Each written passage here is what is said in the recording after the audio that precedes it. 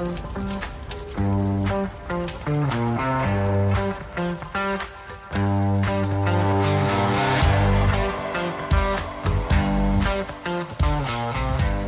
and welcome to Fire Headlines, where we cover the hottest topics in fire service news.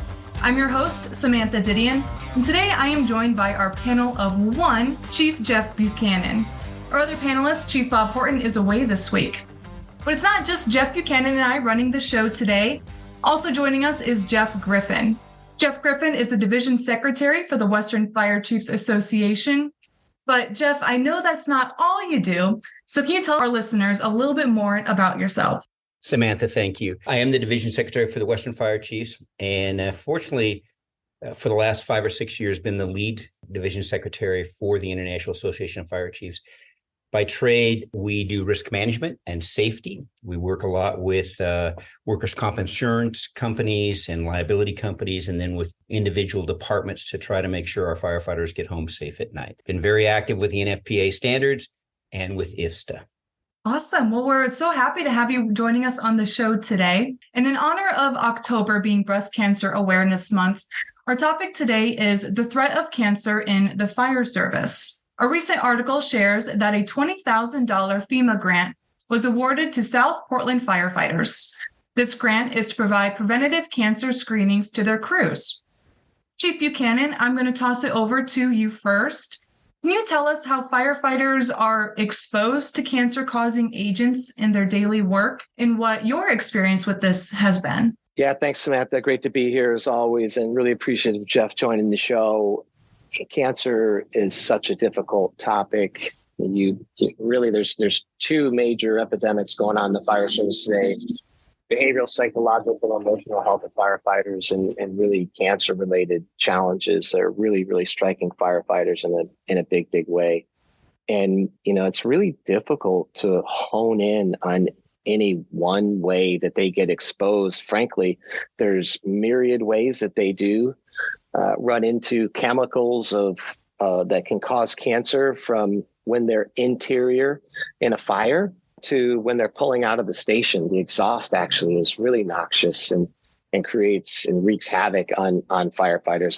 And a big piece to that puzzle that we're getting better now. Firefighters are getting better at cleaning their turnouts. A couple of decades ago, when I got into fire service, it was a badge of honor to have dirty turnouts with soot on it, on your helmet.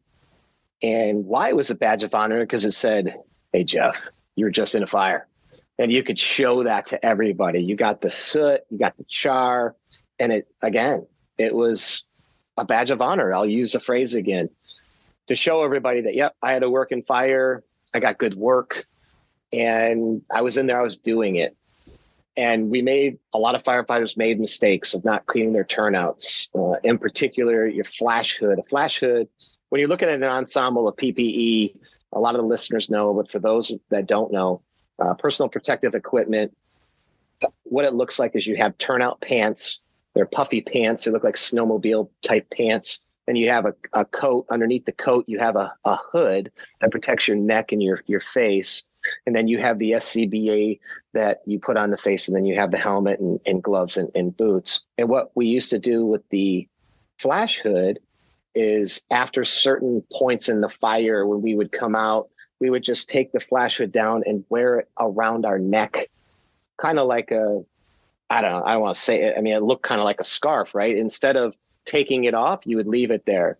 And what we didn't realize what we were doing is all of that nasty stuff, all of those incomplete particles of combustion that's in the smoke, all the carcinogens that were soaked into that flash hood were now sitting on our neck for extended periods of time, and we weren't washing them. And now we're getting better with that. So there's a lot of different ways to get exposed to cancer.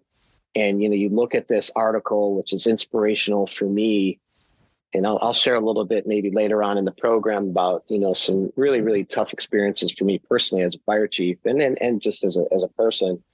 But what I really like is, Ben Franklin said, an ounce of prevention is worth a pound of cure. And you got to get after this preventatively and not be reactionary. So kudos to Portland for making this happen. Jeff Griffin, I wanted to hear a little bit of your perspective on this topic from maybe the insurance world. Thank you, Samantha. All 50 states now have some form of presumption with cancer, but it varies greatly. Some states have 4 specific cancers that they will insure or require insured as a presumption. Some states have all cancers. So it varies widely. And what Jeff said is spot on. We want coverage for our firefighters. We want to make sure that any illness that they pick up from the work is properly covered. That's going to take us a long time to get to that place with the insurers. So what we really need to focus on is the prevention side. Until we have the proper coverage, and quite frankly, even when we have the proper coverage, our people are our asset, and preventing it is much better than trying to fix it after somebody's got it. So Jeff's spot on with the fact that there are so many different ways for our firefighters to be exposed, whether it's diesel inside a station, whether it's a working fire.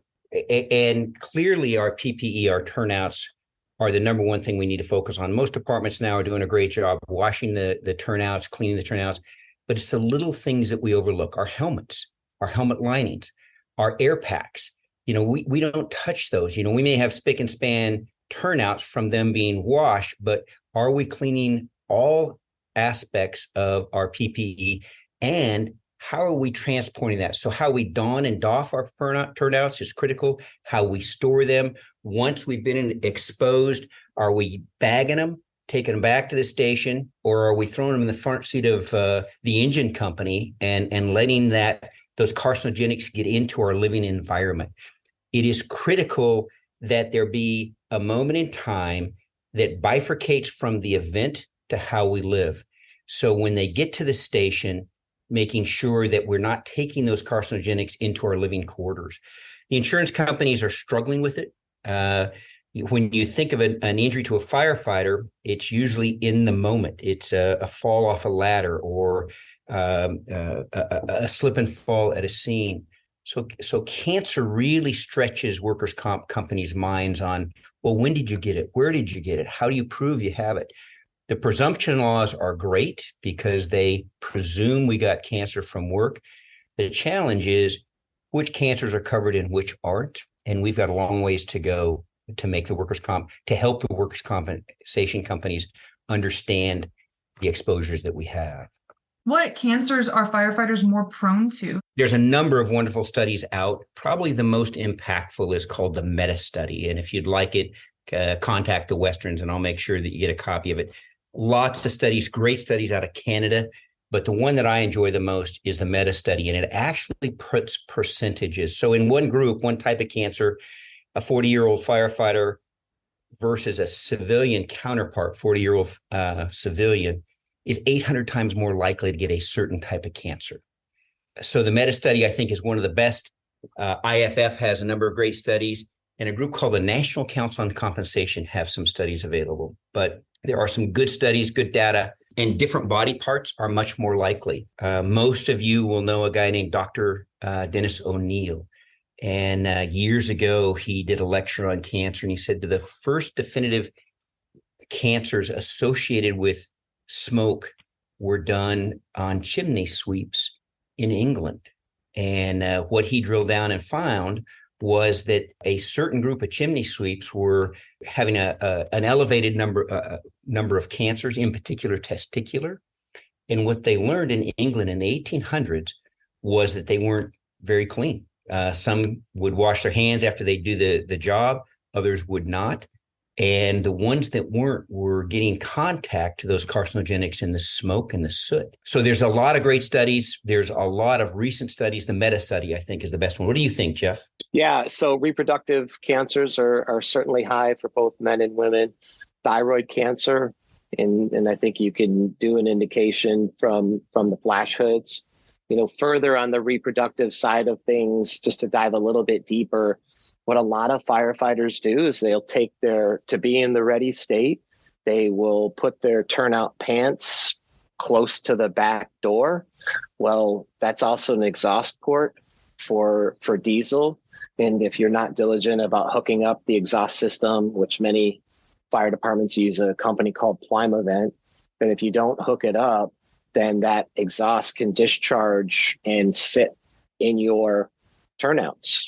So when you put it on, and so that also is another way that it hovers in that kind of reproductive areas is where I'm going with it. But you got thyroid cancer, brain cancer, kidney cancer, and there's some blood cancers out there that are very prevalent. It's becoming this type of situation that Jeff kind of lays out, where the prevalence of cancer in general is higher, and they're finding out more and more and more kind of contacts. And I'll tell you, it is absolutely devastating to an organization. I can tell you, a friend of mine, he's a fire chief for San Bernardino County, and a huge leader in the fire service. San Bernardino County Fire Chief Dan Muncy. I just saw him yesterday, and he was going up today, unfortunately, to, I believe it was Sacramento, to their fallen firefighters memorial, because he had a couple of deaths of firefighters, and one of them was cancer related. And so heart goes out to him and his organization for both those deaths that they suffered. And it's the hardest thing that you can do, Samantha. I've unfortunately had that task where I've had to kneel in front of a mother and her two young children and present a flag for the firefighter who's now gone from cancer, and it's devastating. And so we just have to get better. And Jeff outlined so many different ways to do it. You gotta clean your turnouts. There's so many ways. You have the Plymavent, you have cleaning your turnouts. Fire leaders are becoming more proactive in station design, making the interior of a station clean. As Jeff pointed out, they are pressurizing certain areas where you keep turnouts in the station so they're not exposed to exhaust. And a best practice that's highly controversial across the country is clean cab concept. That is no soiled turnouts in the interior of the cab, including your SCBA. And believe it or not, firefighters are not, they want to have their SCBAs inside of their cab most times because it's quicker for them to put it on, which is great for the community and really bad for them. But there are some fire departments across the country that are really trying to embrace this clean cab concept. I think it's a step in the right direction. It also is one that, again, it's very polarizing for firefighters. So it's this is a real challenge, and it takes an all hands on deck approach. Jeff, can you explain for our listeners who may not know, what is an SCBA? Yeah, absolutely. Self-contained breathing apparatus. It's how you breathe air. And it sits on you. It's kind of like a backpack. It's like a skeletal backpack with an air cylinder in it, and you have a face mask, so you can go into hostile environments and breathe air. And it has been a much overlooked piece of personal protective equipment, as Jeff pointed out, that in the past has not been cleaned.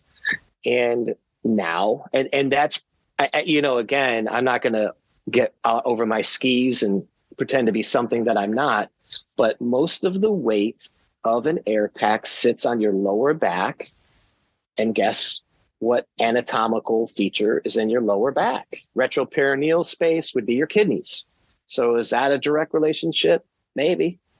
And now we're doing a better job of at least what we call gross decon. You'll see firefighters being scrubbed with water and soap coming out of a fire, which, again, these are things that weren't taken into account before. So yeah, it's the air that they breathe in that harness. Jeff, to add to that and why it's a now moment in time, 20 years ago, the fire that we fought was totally different than the fire we fight today. They were mostly natural materials, wood. Today, as much as 80% of a new home or a new commercial building is either plastics or it's petroleum products. So the fires flash faster, they burn hotter, and they burn different. So you didn't see the same exposure from 20, 30 years ago. And today what we're rolling on are high chemical events that are moving extremely quickly. And it's a different now. It's a new now. It's a different time. And these are some pretty heavy topics, especially if you've had to go to the family of a firefighter who has fallen due to cancer. And so I wanted to ask, what support systems are in place to assist firefighters who do develop cancer? Well, some of the programs that are in place are, peer support teams, behavioral health, from that aspect, they have support.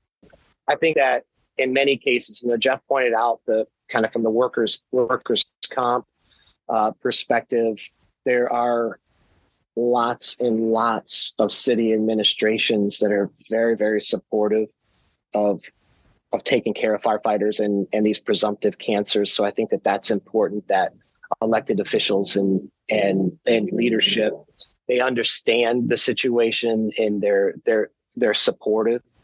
So I think that that's really important. I think that when it comes to cancer and really any significant health issue, I think the IAFF brings a really just a strength to the table too, where they have resources that they can couple with the fire chief, and the fire chief can reach back to the IAFC and their state fire chiefs association. It really becomes an increased situation for collaboration. And there is usually from all the fire departments that I've ever known that has experienced a cancer or another work-related injury or sickness, it is a tribal mentality. People come out of the woodwork to help that agency, even if it's an agency that's super small and that doesn't have the resources. You merely pick up a phone call, and most times you don't even have to do that. People are calling in and reaching in to that affected agency to help them out. It's one of the many, many great aspects of the community of firefighters and fire service. Jeff, you've got it. You nailed it. And we are a tribe. And the one thing I would encourage all fire departments, if they don't do it, when we identify a firefighter who has cancer and now they're no longer on shift or they're not doing volunteer work and they're at home, they're living a very fearful time. Cancer is one of those words that shakes you to your core. Am I going to live? What's going to happen to my family? And one of the most important things we can do is stay in contact with that individual throughout all of what they're going through. Workers' comp companies may accept or deny the claim, and they're in a very dark spot.